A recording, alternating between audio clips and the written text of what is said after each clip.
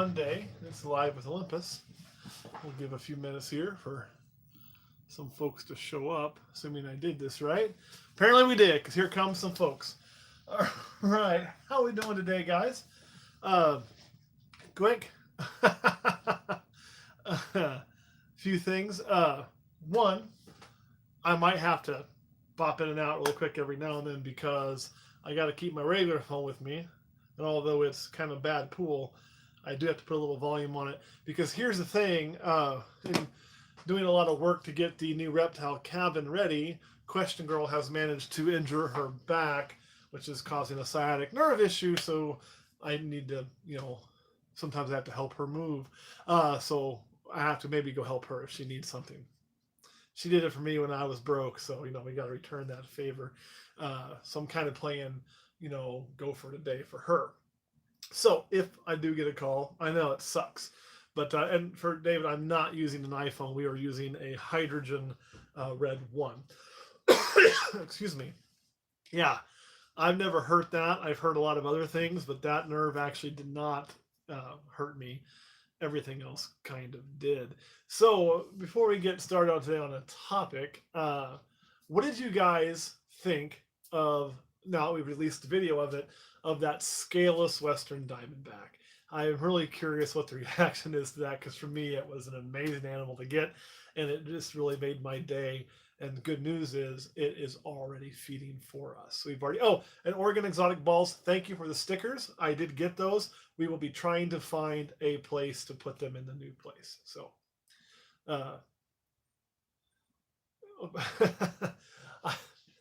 thank you, everybody. It was really cool. And I think that's a good, maybe I wasn't excited enough, right? I know, getting that, they're not even it's really weird with venomous snakes because they're not overly expensive because the price, just the demand is so small. So where's your hairline? Right there. I still got a full head. I've had the same hairline since high school. Now I will admit this part here may be a little thinner than it used to be, but all in all, no complaints when you're my age and still got that much going on. I have to get it cut. It's all good. Brian M., the best way to buy a ball from us is definitely through Patreon. Almost all of our sales go through Patreon. We actually just filmed a clutch update today that will be released on Patreon for sale. They get the first chance to buy, and that is it. Do I miss my high school hair? Not a bit. It literally was pretty much the same hair, just a little bit thicker maybe right here. And, there's more gray coming into this, and it doesn't really bother me. And as far as a venomous snakes update, I can't. Here's the reason I can't. There's no longer, and I don't play any Fortnite. There is no longer any in my house. They're all at the new place. And I don't, Eric, I'm going to hit that question really quick and then I'm going to get started on a topic today. I do not think we'll see that in the United States as you have in England. And from what I understand, and correct me if I'm wrong, because I'm not from the UK, but I think it's not a ban on owning. It's a ban on a certain type of show that you can't carry a spider there. And we may see that at some point here. And if we do see it here, it may be this show promoter says no to this. Just like we have some shows that allow HOTS and some shows that don't. Some places it's a legality issue. Some places it's just a show issue. And yes. How big and how old is it? Are you talking about the scaleless? If you're talking about the scaleless, it's not very old. It's taking. You're answering somebody else's question. I appreciate that. That's awesome. And as far as rats off of us, to do that toxic, you get to be in Manhattan. We only sell them at our shop. So if you're in Manhattan, Kansas, come to the shop. I own part of Manhattan Reptile World. We'll be more than happy to sell you some rats.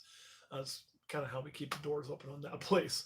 But today, I think the topic I want to discuss a little bit is owning venomous snakes. And the reason I want to kind of cover that is because obviously we do keep venomous snakes. And it ain't live this time, David, but we will attempt to switch. I want to get some meals in it first. And if I understand it was being fed live prior, but we'll want to definitely switch that as it gets bigger. And basically what I want to talk about, and I want everybody's opinion on this, this is going to be a roundtable kind of discussion, is one, the responsibility of doing it, and if it's a good idea, and two, how important is it on a legality standpoint to and how I feel about that. So that is kind of what I want to cover. 2 hours, it won't be 2 hours. Man, I have got. I'll tell you what, one of my big constrictors killed a rat. I closed it up and then it didn't eat it. So then the next day I had this, and so now I've got a ton of flies in here from that. It's terrible. Blah. But so let's start with what do you guys think? I mean, about keeping venomous snakes, good idea or not? And how many people here think it's fine but don't ever plan to do it? I want to know that. I want to know if you keep them. I want to know if you plan on getting into them someday, or if you say, you know what, that's nuts. I don't ever want to play with it.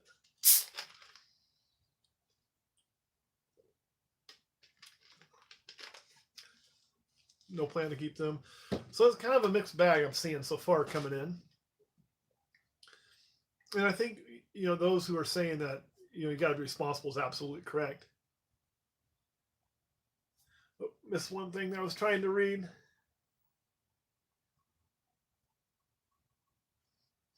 Okay. Uh,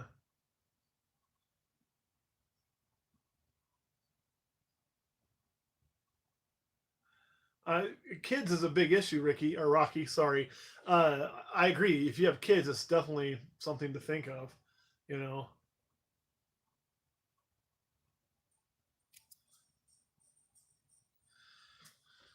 So yeah. Okay. So I'm getting a lot of. And no, I don't milk them, and that whole thing is. There's a TV show that made that look way different than it is, but so okay, I agree. It's basically keeping your license up to date, and there are some issues with that that I want to definitely get into on the legality of it, and that is, and yes, definitely research responsibility. Let's cover that first, then we'll get into the legality part. So I do agree that if it's not for everybody, and I think Rocky mentioned having small kids. If you have small kids or kids in general that you can't trust to, I mean, always follow the marching orders you present, you really have to consider it.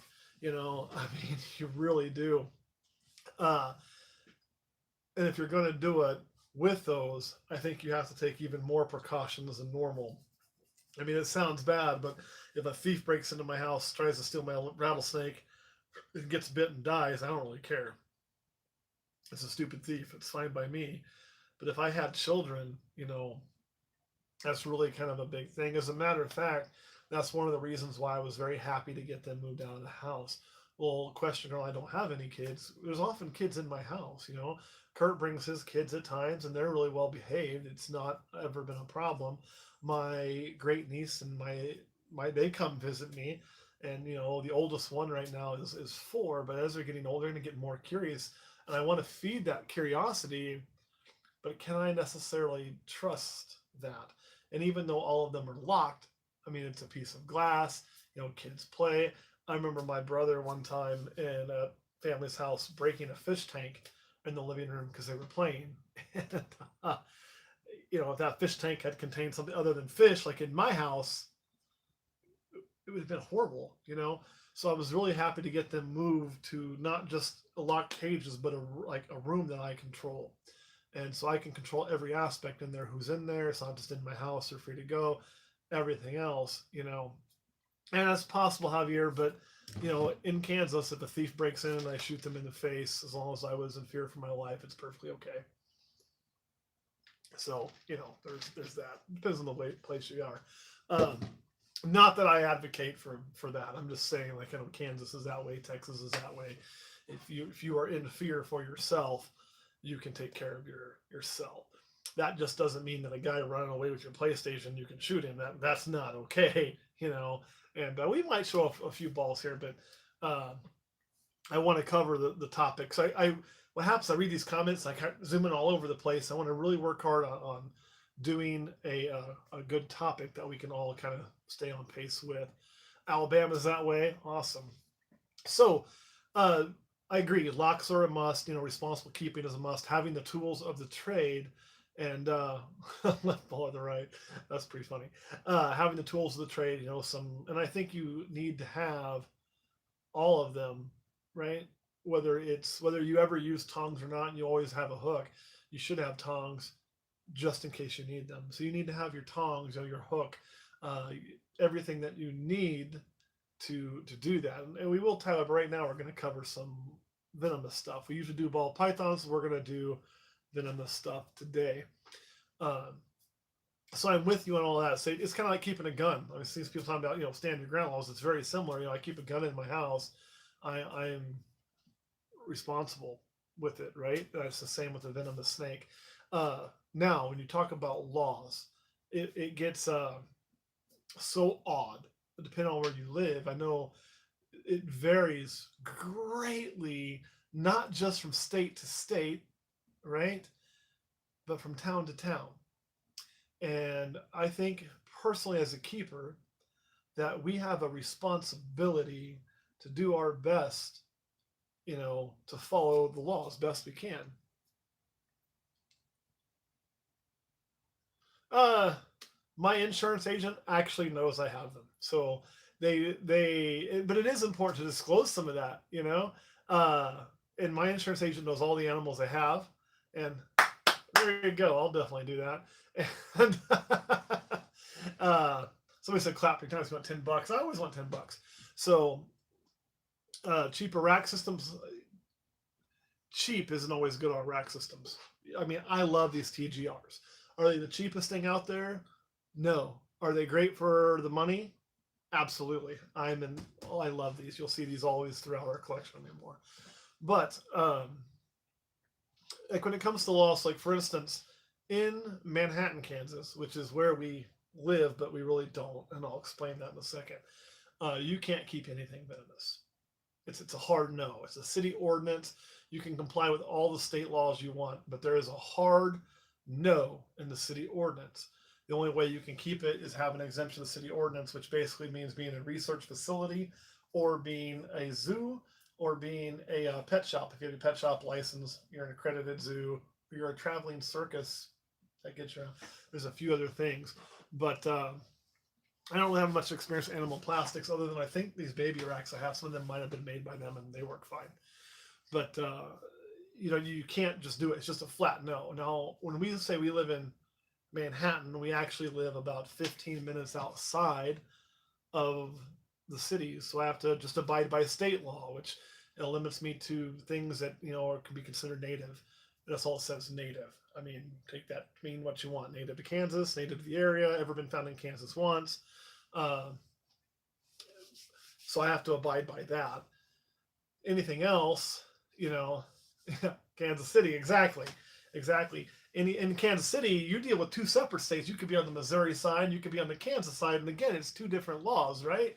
So it kind of gets kind of a mess. And I'm curious from those others that keep venomous snakes, have you had to deal with any of that or been found? Because I know people who have tried to comply. Just recently, I know somebody was trying to comply. It wasn't on a venomous snake with things, and then found out that they probably aren't in compliance because there's so many little things, depending on what town, county, everything else you're on. You'll probably be on Animal Cops Abroad. You joke, but if you ever watch the old TV show Locked Up Abroad, you go find that shit on Netflix. You can actually find Tom Crutchfield on one episode. Poor guy. Well, and that's the other thing. I mean, what is venomous? It's and a hognose is technically, by all accounts, a rear-fanged venomous. So is a garter snake. A garter snake is a rear-fanged venomous snake. Can it hurt you?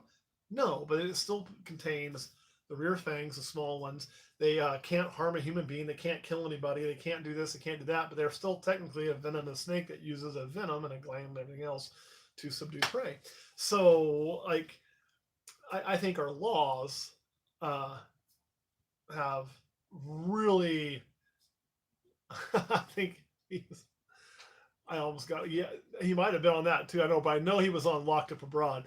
I know the laws can be very, very, very, very hard to deal with, even for people who are involved in it. Like I've had to get help to make sure I'm in compliance with certain things as I'm trying to do them all the way through prosecutors, because I just want to make sure that as we take steps to get things we want for our zoo, that we are in compliance. And it is a bitch. And I'm just curious if anybody else has had that fight. Like I said, Tyler, we're going to talk about balls for a while now. Hey, what's up, DA? And, or not balls, we're talking about venomous for a while now. And I don't have any venomous here. We will go over some balls here in a few minutes if you guys want. But I really want, yeah, I got to change the sign. It's been up there too long. I really want to know what some of your guys' thoughts are on the venomous stuff. And if, you think the law should be lax, more constricted, or like, more, I guess, restraining, or what you guys think, if there was something we would push as an organization, as a hobby, as a community to say, look, this is what we think the law should be in this, and this is what we think the standard should be in this, to make it safe.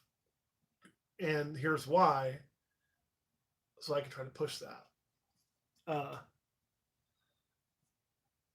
I understand where you come from, Philip, and that's a valid point for a lot of people. But I guess, what about people like me?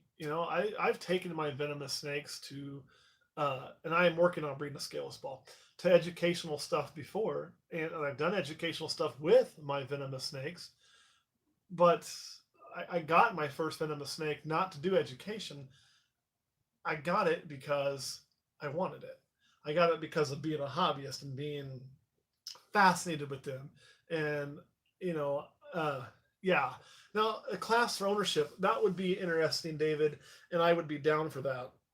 I think if you could do a class for ownership, and I know Kansas, like when you start doing the non-native things, it doesn't have a class, but you have to become a certified handler, and then there's some fees you have to pay for inspections, and everything like that. And I don't think that's too hard to do. I think what I fear from the government would be I don't know, and that's it. Horses too are dang. Horses kill more people than anybody, but for more.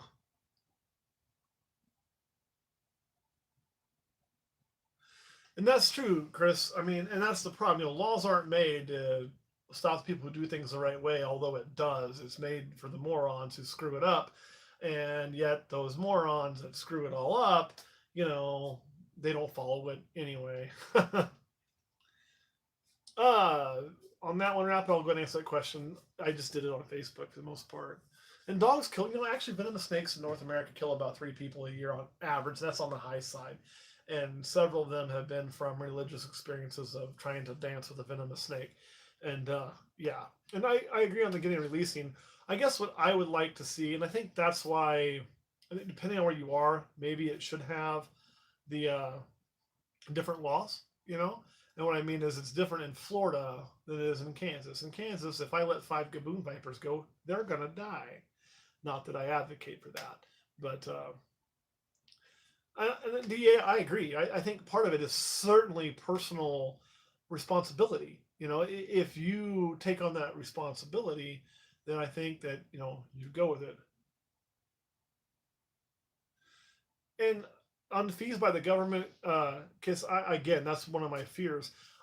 I think if you cap it, I don't have a problem if their government's going to say, okay, we're going to license this, and we're going to want to make sure that you take a class that's taught by somebody certified by whoever, I don't know, and just on basic proper requirements handling, or that you got to have a one-time inspection fee to somebody come out and see the cage and make sure it's safe. You know what I mean? And I'll get to that, Brian. Actually, you can, but there's some way to do that one time. But the problem is sometimes they, dude, trust me on that, Nathan. I'm tired of taxes too.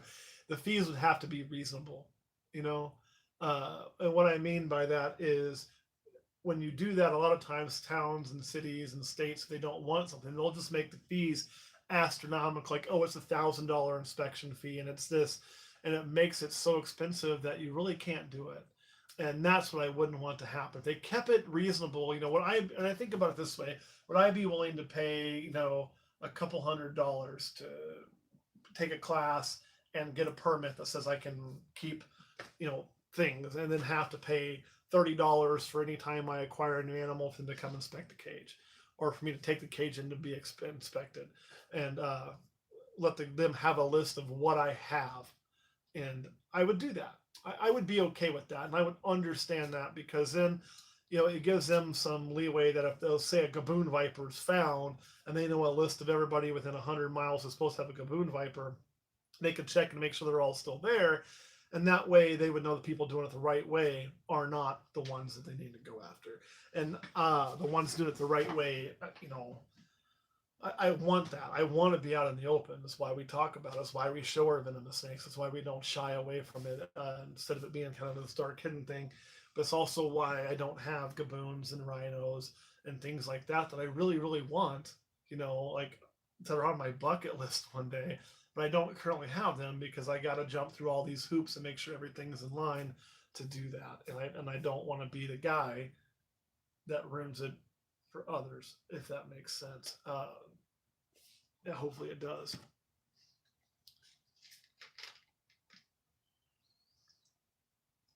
Um, and I don't think it couldn't have to be a very large weight. I mean, it have to be reasonable. That's a big thing. But then, of course, you're trusting the government to do something that's reasonable, and that's, uh, yeah, that's kind of. And I agree on the annual fees. And when I was talking about the fees, Kiss, I wasn't talking about an annual fee. I'm talking about like a single inspection fee for every time, I get a new animal, but not an annual come in and inspect fee. So let's say that, uh, you know, I have three, and then I want to buy a gaboon viper, and I buy the gaboon, and then pay them $30 to come just inspect that gaboon. So you have a little bit of a fee on top of it. Somebody asked about transporting venomous across state lines or shipping them. You can ship them, but you cannot ship them the same way you do a ball python. That is highly illegal. You know, That's oh man, for guns, yeah, I can imagine. And I don't think you should have to do that multiple times. Like, I get it once, but you shouldn't have to do it a lot. And that's true, DA. They don't. I mean, they couldn't do cash for clunkers right. So, I mean, it's it's a nightmare.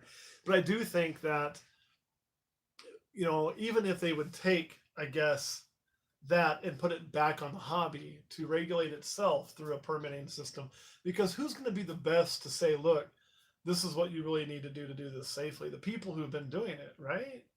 And if it's the people who have been doing it could say, yeah, this is what's needed, and I don't mind paying myself or having somebody else who does it come look at mine, because I shouldn't be able to certify myself. That's kind of pointless. Then I think it would be, fine. Snakes aren't there. The venomous snakes are not here. No.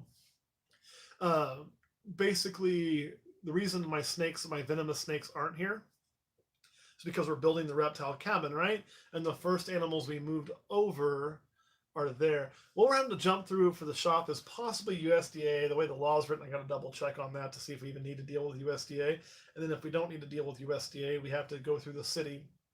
And even though we're exempt from city ordinance by state law, we have to go through the city to get basically an inspection, kind of like we're talking about, and then there's a fee you have to pay, and then everybody who's going to be doing anything with them has to be a certified handler, which the city, I guess, is supposed to teach a class on, and all these things that the city really isn't necessarily prepared to do in most places because it's never come up. So I'd end up probably working with them to help set up those rules. And I know, like, what I think is proper for a place like our zoo is probably more than what a lot of people think is proper. For instance, one of the things, I mean, I think you can make two sets of rules, one for public display and one for personal keeping. And for public display, like ours would be, I think anything that's venomous needs a double insulation, two layers between you and the snake. Just that way, if somebody trips or drops something or somebody just kind of an oh shit wall, you know. So you'll have your glass wall, and you'll have an insert that's a plexi to have two separate layers, one of them being stronger than glass, just as a protective barrier between you and the thing that can make you die. Because you have kids in there, things like that, and something's going to bump into it, or some kid's going to smack on it, and you need to have that under control. So that'll be a requirement. Locks obviously would be a requirement. Things of that nature that I think you have to have. I think you need to have certain things on hand to deal with the animal. The other ordinances require that, like, if for any reason the animal is put under anesthesia, you don't have to do this unless it goes under anesthesia. Then, if it's ever put under, you have to have a an RFID chip put in it. Like, that's a requirement. Any new animal has to be reported. Any loss of animal has to be reported, et cetera, et cetera. So that's kind of the massive amount of hoops we would have to jump through.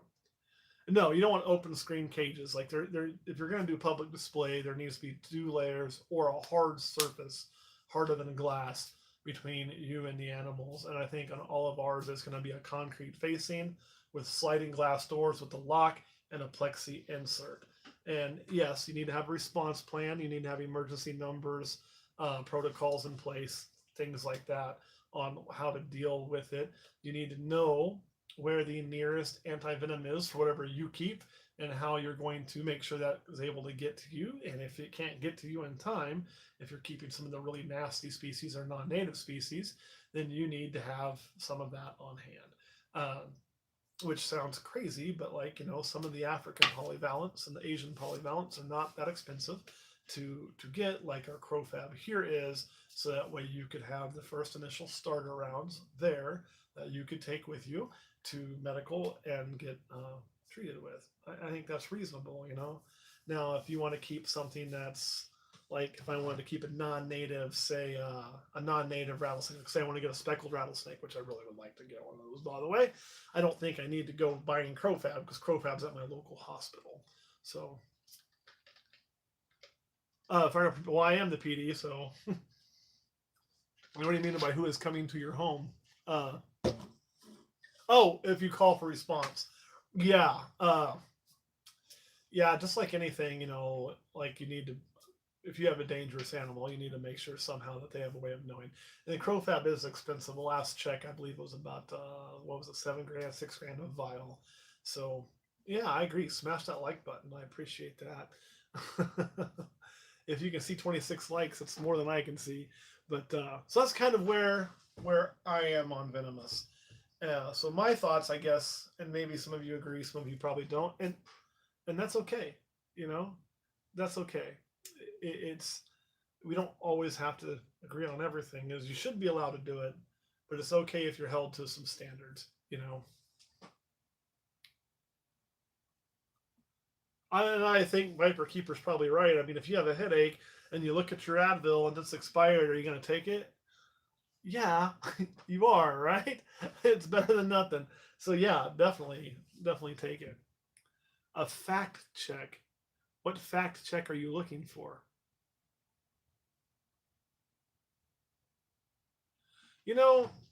I don't know why it couldn't be. I mean, in my experience, they don't. Oh,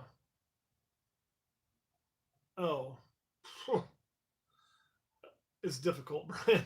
I don't know the shelf life. I don't see why you couldn't release that. It's not like it's a mammal which is going to get so used to people that it's going to come up to people, going to put itself in danger. And when you think about a captive snake, they're so instinctual. They operate so much on instinct. But I think if you had a Western Diamondback for 2 years and you put it back in with the Western Diamondbacks, it would probably take care of itself. I don't see why it wouldn't. But it doesn't now. Like, obviously, if I had a bobcat in the house, I kept it for 2 years, it'd be too used to people, and releasing that would be, bad. And it may get used to being regularly fed, but that doesn't mean it ain't gonna look for food when it gets hungry and do what it normally. They're ambush predators. They know instinctually how to do that. And yeah, it may not get as much food in the wild as it does in captivity, but I'm pretty certain that if I took my ones, especially that came out of the wild, and I released them back, they would know what to do. So No, no, no, no. I don't have a bobcat. I wish I did. What I was saying is, if I had one for 2 years and then let it go, it wouldn't do well in the wild. I wanted one, but the wife said no. I actually want, like, love to get a big tiger one day. That's not going to happen. So right. I mean, I don't think. But here's the other thing, Ariana. I'll say is I don't think you should ever take in a wild animal with the intent of I'm going to keep this for so long and then release it. Now, have I? Absolutely. And I've done that in instances where my hope was that it would take to captivity, and it hasn't, and I've released it. That would be a copperhead before. I've had other things that were wild that were brought to me that people had taken. I'm like, hey, and it was too late to release it because of the time of year, and I was afraid it would just die in the winter because it was away from its ancestral den. I wouldn't have a chance to find a new one that I have kept through a season and then returned to the wild. I haven't done that, but I've never taken anything. A good example would be Reaper. I didn't take Reaper and thought, well, I'm going to do this for a couple years. Then if I don't want it, I'm going to let it go. I took Reaper, and I had every intent of ensuring that it was a male. Had it been a female, I would have let it go because they breed so slow. Removing a female out of their populations is very, very devastating. And since it was a male, I did to keep it. I plan on keeping Reaper for its life or mine. So, and you do, and like I say, you're only going to release stuff that's native to where you're at. I'm not going to come here, and even though, like, some of the snakes I have are native to Kansas, they're not native to this part of Kansas. Therefore, I would never put it out here. They're not here. They're not made to be here. They can throw off the balance and everything else. It's just not a good fit. And I'll show this over here in a minute. So we get done going on with this stuff. We're all tired of that. I'm actually going to put all my pairings together, and you'll get to see some of those. Well, David, the canebrake and the timber are the same thing. So, according to mitochondrial DNA, there's some arguments on that. But according to the mitochondrial DNA, they are the same thing. And so, what you used to have is Crotalus horridus, which would have been considered your. Let's see, I may get this wrong. So, we'll see it, Brian. Tell me if somebody can correct me if I'm wrong. So going by memory, feel free to do. But I want to say that Crotalus horridus was your timber rattlesnake, and Crotalus horridus was your canebrake rattlesnake back in the day, which is a southern variant and was considered to be like just a really related but separate species. And they did some mitochondrial DNA testing, and they found that it is the same. So it's all the same thing. Now, I will tell you that the venom patterns are different. So you get into your southern, timbers or canebrakes. They're usually called canebrakes in the south, timbers in the north. Then, and that's, I could be getting my horridus and my horridus mixed up, right? That's the only thing I'd be worried about. And so, back to that. So, like, you get to the south and you get to your canebrake, and then you're going to typically have a higher rate of neurotoxin than you are of hemotoxin. And you get to the north, it's going to be more neurotoxic, and the colors change too. I can also look at eye stripes, and I found that the further south you go, you'll have a lot more of a prominent eye stripe, and then the further north you go, it fades and is gone. So, like, if I find one here where I live, it'll be a really light or almost non-existent eye stripe, where it won't be there. And yet, if I go south and get one, the eye stripe is very prominent. So there are differences, but it's not the same thing. So it's,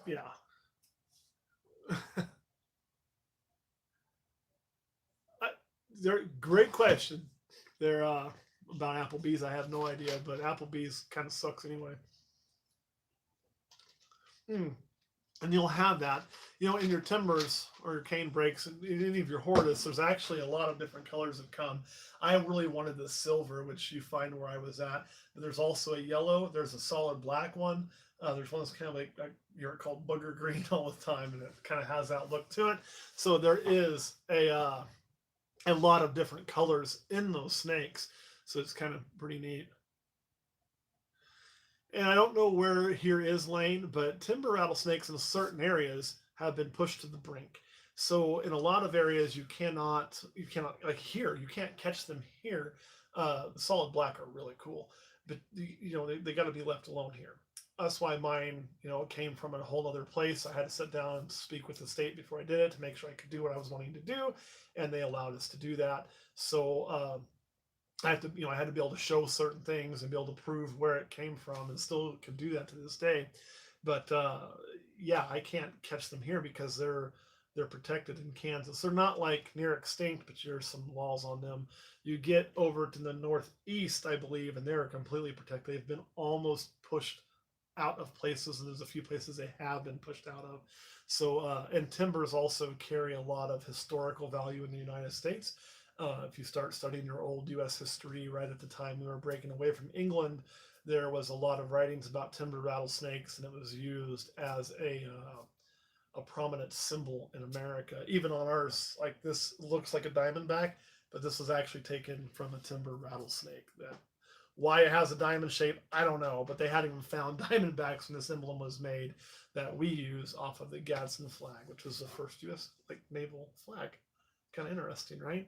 Um, so anyway, there you go. Let it go. What are we letting go so we don't kill it? I'm curious about that. And sometimes you do. Like that's why we've had to let some copperheads go because they just don't always take the captivity well. They like frogs and things like that, and sometimes you just gotta kick them free. And if they don't adjust, I'd rather give it a chance in the wild than me keep it. But I'm trying to get one that'll take rodents well. That way we have those native species when we open the zoo and people can see them and stop cutting the head off bull snakes. Please stop cutting the heads off bull snakes. There's really no reason to do it. But it happens. I get that picture. I love getting those pictures, right? Because they always send them to you, and that's sarcastic. They always send them to you after they did it. So I get a picture. Somebody will text me like, "Hey, I found this snake. I think it's venomous, and I killed it." I'm like, "Nope, you killed a bull snake. Thanks for decapitating it and then contacting me instead of doing something else." But oh, you're talking about a black rat snake? If you're not getting it to eat, yeah, you may have to let it go. I mean, there's a point on the wild ones.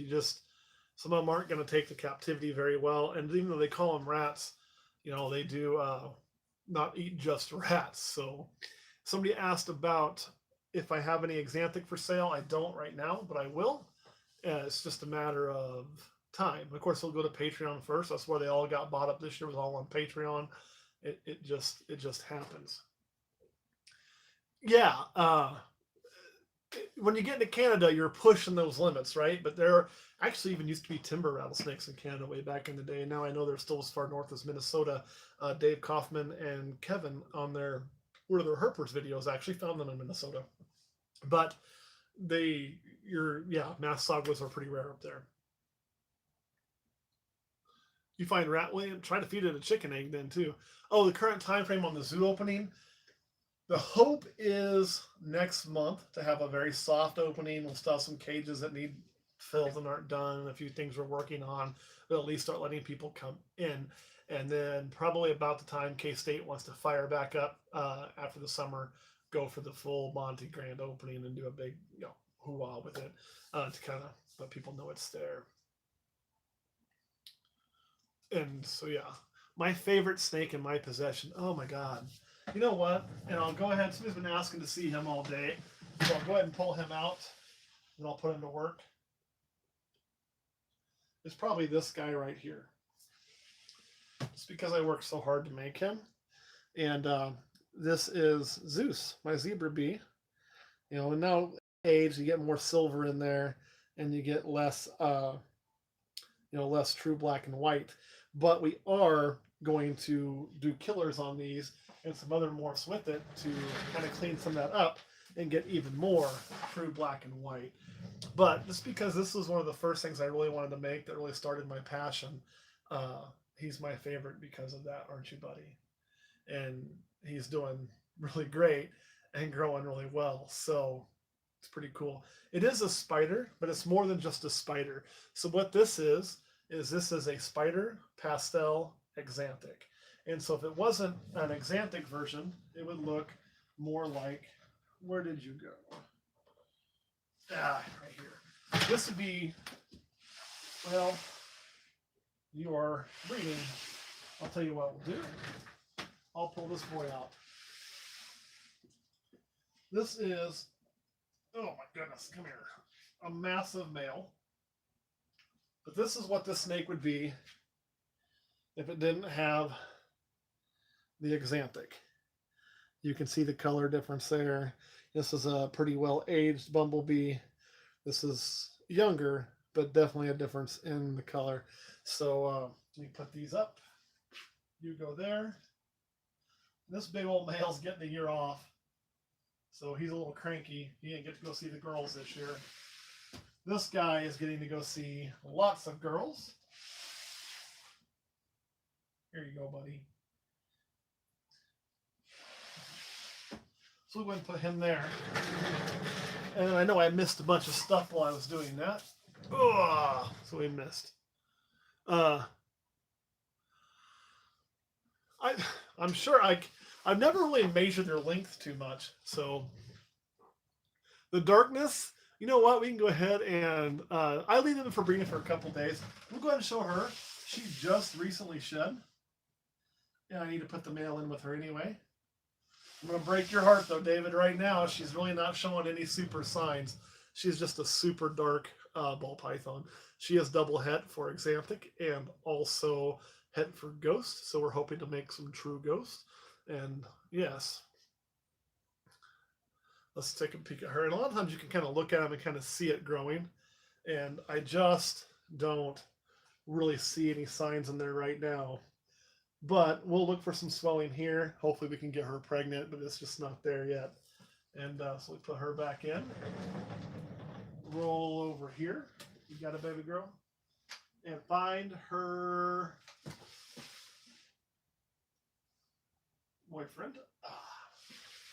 This is her boyfriend slash brother. He's a proven male. Also 100% het true ghost. Oh man, that snake is not that thick. And yeah, I'm working on that super black pastel pairing. Get in there. And it's going very well, as a matter of fact. She's become a cranky pants. She's doing a whole lot of cooling. And you can see she is doing really good. Now you're starting to kind of see a little bit of the thickening there that I really look for. So my hope is that she is going to go. We'll get her one more pairing in there though before we go. And of course, the pairing is to our banana super black pastel, right? And we'll put that in there. Yeah, what I'll do is I'll pair these guys up. I'll check them tomorrow. If anybody's locked, then cool. I'll check them the next time they're done. I'll move that male to a new place and go there. But I've left them for 4 days before, you know, usually haven't done them in 4 days. They're not going to, but usually it's a couple days. Any advice I can give there, Chirpy Cricket? One, leave Lawrence. Sorry, it's K-State thing. I couldn't help myself. But seriously, stick with it. You're going to have highs and lows. You got to stick with it. So that's the best thing I can tell you. Books that I would recommend. You know, Kevin McCarley wrote a great book that's really good to have. And but I don't even own it, so I don't know why I'm saying that, but I've looked at it a million times. It's kind of like a Bible for all the different morphs at the time and everything else. And it's great. As far as size goes, I mean, you can get some good size on these. This is about the largest male that I've ever had. Right here. He is a big old boy. Right? So, and I'm 6'2", just to give you an idea. And, you know, he's probably, I don't know his exact length, but he's big. And he is trouser. That is right. He's a good sized chap. So put him in there. Last little piece of his shed out.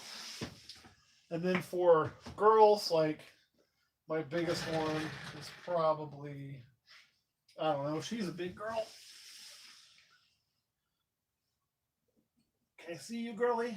Oh, this is a really big female for us. So, yeah, and as you can see too, there is you a good example of how the camera's picking it up right there.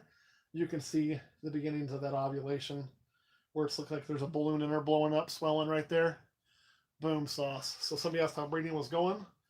Support that weight for you there, baby girl. It's going really good. We're just starting to get those first ovulations coming in, or swells coming in towards ovulations, and that's what we want to see. So there's an idea of some size. All right, guys, a few more things, a few more questions, and we'll hop up off of here. So, oh, Sam, man, that's, show him me. That's what I'd say. And explain to him that if he doesn't let you get a snake like my mom wouldn't, then one day your entire effing house is going to be full of them. That often will let him let you get one, maybe. In all seriousness, do your research and show how much research you've done, and show how you're going to be able to handle it, and show like why it's a good idea and how you can make sure it's secure. And a lot of times, I think with parents, if they see how passionate you are about something, that you're taking it very seriously, that's a good way to get them to come to your side. So, your JHI, yeah, I can show you that. And I missed a good question from DEA. Let me go back here, see if I can find what that was. Oh, yeah. You know what, DEA? That's okay for mutation creation. Not kicking my camera over. But I don't breed that small. I know a lot of people do, and that is okay. That's their prerogative. Hey, thank you so much, Shotgun Shane. And I will get to that here in just 1 second. This is at GHI Mojave. But I don't breed at 1,200 grams. I like to let them get a little bit bigger. I just don't feel the need to push them. And I'll tell you, we average like 7+ clutches, or 7+ eggs a clutch. There's a reason for that, So it's always better to take a little time. So let me get to the Shotgun's question here. And it says, what 3 to 4 morphs should a beginner breeder choose if they need their projects to fund themselves eventually? Well, if you're talking about eventually and you got a little time, probably the best thing to do would be, if I was wanting to invest for, with that idea in mind, I would stick to recessive. They hold value so much better. So what I would start with is probably something in the pied realm, because pied hold value great, or I like exanthic. You could go that route too. And I would get like 3 females that are at least het for that gene, right? And all carry at least one other gene. So like, let's say a pastel het pied, black pastel het pied, work on some of those things there, and whatever else you like, and then a visual pied male, and run that through. And if you're doing that in your first pairings, you should make enough animals to pretty much pay for what you're doing, I would think. So that's how I would do that. So, stock more information regarding markers, I guess. What about on the markers? And that's a good point too, Andrew, on that. I didn't raise in the 1,200 grams. Is age does play a difference, or does make a difference. And this is an example of a girl who I bred who wasn't 1,500 grams. Or after I tell you I weighed to 1,500, but just because of that, she was 4 years old and she was setting about 1,300.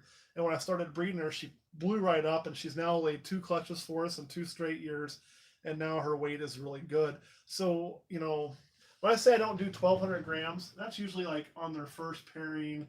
If they're 2 years old or 3 years old or just a little bit slow, I'd rather wait on them. Now, let me be very, very clear. Just because that's what I do, that doesn't mean that somebody else has to do the same thing. So if mutation creation, anybody's breeding at 1,200 and it's working for them, that's fine for them. Like, that's perfectly okay for them. It's not my way is the only way. I want to be really clear about that. And so Rapid, make sure I get this name right, Rapid Hockles, kind of a cool name. So what book was I talking about? The book is, well, I'll look it up for you because I can't remember the name. I think it may just be the Ultimate Ball Python Guide or something like that. So I'll try to find you a picture of it and show you that. And it's a good book. It's expensive. I will tell you that. Yeah, it's the Ultimate Ball Python. Looks kind of like that right there. Oh, why did it leave? I don't want to buy it. There it is. So anyway, and I agree with that, Kenny Norton. Everybody send me money. Woo! Thank you very much. I appreciate that. And I do sell primarily through Patreon. It's worked really well for us. So the next big morph's coming. You mean coming to here or coming just in general? I guess is what I'm asking. No problem, Rapid. I appreciate it. Uh, I agree, Hugh Jassel. Everybody come on over. If you're meaning the next big morphs that I plan on picking up, uh, Kurt and I have been trying to talk in, and I think we're leaning. Oh, you said in the hobby. I'll say we're leaning probably towards getting some blackhead at some point in time. So, as far as in the hobby, well, what I really hope it is, David, is I hope the next big morph in the hobby is this really cool hypermelanistic gene, like the darkness, but we'll see. It's hard to say what it's going to be. Well, gotta get to that there. Oh, thank you, Dauber. I really appreciate it, and everybody should agree with Kenny on that. That's great. uh, we we might be Ariana, and it's when you make your own line, it's kind of like you got to get something that's not just a new morph; it's never been seen. So, like we're looking at those dark ones that I showed. That's something new, and if it happens, then cool. Stormtrooper could be something totally new. They can isolate what caused that. That would be really neat. For us too, we have kind of these oddball looking. Let me find which one I want to show. I'll show this one. Oddball looking pastel like snakes that popped out of a pairing that's never been paired to pastel in the female's life. And so we might have our own Olympus line of we'll see what it does. It's likely going to be pastel, but maybe not. Maybe it'll react differently to things. We will find out. And so we will have some of our own lines of things. I did see somebody ask why I don't sell on Morph Market. So an Olympus line I did not know there was an Olympus line, unless I'm missing something there, Hugh. But like Jonathan doesn't get the option. What option am I not? I think I'm missing something. Oh, why don't I sell my stuff on Morph Market? I'll cover that and I see what I try to figure out what I missed. We don't because it all sells on Patreon. And if Patreon buys them first, then there's really no point in me putting them on Morph Market. The people on Patreon, they pay to support our dreams. And one of the things that they get for doing so is the first chance to buy our animals. And the order of pecking goes Patreon, and then it goes to a show, and then it'll hit the internet afterwards. And so far, nothing's really had to make it to this level here. So that's been why that we do that. So it worked out pretty good. Oh, there's a gene called Olympus. Did not know that. Not from us. It would be cool if it was though. If we made a new gene, we'd probably, last we made a new combo, we did 2 new combos. One of them we submitted, one of them I never got around to submitting. So, and yeah. Oh, thank you, Trevor. I appreciate you subbing as many people as you can. And I'd love to be at the Casey show. We just have to have enough stuff. And there is an Olympic reptiles as well as an Olympus reptiles. So they sound kind of similar, but they're different. And that wasn't, I don't think, on purpose at all. I think maybe that guy did something in the Olympics once. I don't know. That's my guess anyway. But we named our first 2 combos the Shits and the Kalits. So I think it's pretty obvious that we never got out of junior high. And that's how our naming always kind of probably go. Speaking of that Kalit snake, let's pull her out. This is a snake that did hit 1,500 grams in 2 years of age. We are trying to breed. And here we go. Boom. I love that animal. That's what we call the Klitz because it's a combination of a Calico Blitz. And it didn't look anything like I expected. Even the belly's funky. So we were going to definitely play more with animals into that pairing and see what we can do with that. I do think Blitz will be another gene that'll eventually take off. Everything I've seen out of it is just awesome. So I think you'll see more Blitz stuff coming as everything else. Oh man, I like regular Coke better, but this cuts out a lot of needless calories I was drinking. So I'll be honest, this is a cutting calorie measure. Bleh. All right, guys, we've been going for almost an hour, and I'm going to be doing the same thing you're doing there, Vogel. I got to get off of here so I can slide over and get our Patreon stream, and then make sure my wife's taken care of with her back. So I really appreciate all of you guys being here. And my racks, since you asked, they're TGR racks. They are a sponsor of ours. However, that's not why we use them. We used them before they ever became a sponsor. Then we reached out to them about being a sponsor because we like their product. So that's kind of how we do things. All right, guys. Thank you guys so much. We'll catch